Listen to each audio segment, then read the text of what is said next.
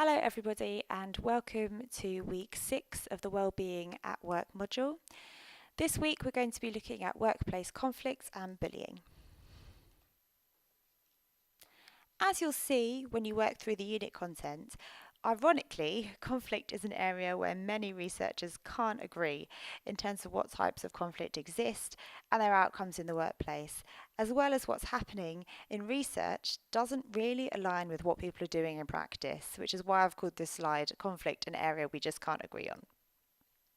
A quick search online shows us that much of the focus around conflict in practice is around resolving it, rather than fostering some types of conflict for positive outcomes in the workplace.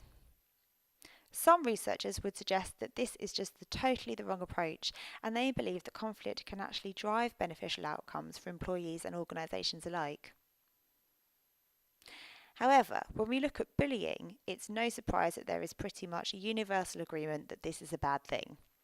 The challenge for researchers and practitioners now is the ever-changing world of work, particularly when it comes to technology and how we communicate both during work hours and outside of work hours. We'll take a look at some of the literature in this area, which will help you to gain an understanding of the challenges for occupational psychologists.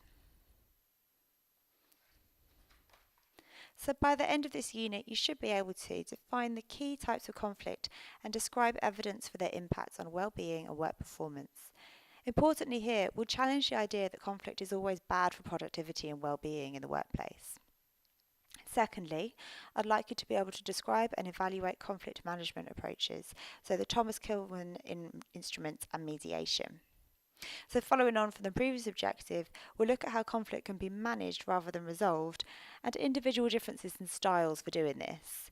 We'll also touch briefly on independent mediators in conflict situations. Thirdly, you'll need to be able to critically evaluate definitions of bullying and look at how we define bullying can have major ramifications for actions taken as a result and employee well-being.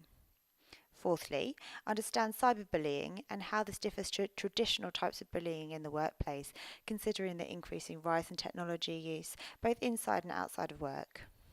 And lastly, you need to be able to describe the literature on the success of bullying interventions.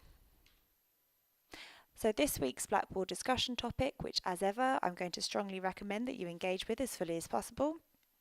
Think about your experiences of conflict in the workplace. Have there been any positive outcomes with regards to your or others' well-being as a result of this? And how do these experiences compare with what the research predicts from what you've seen in this unit and your key readings?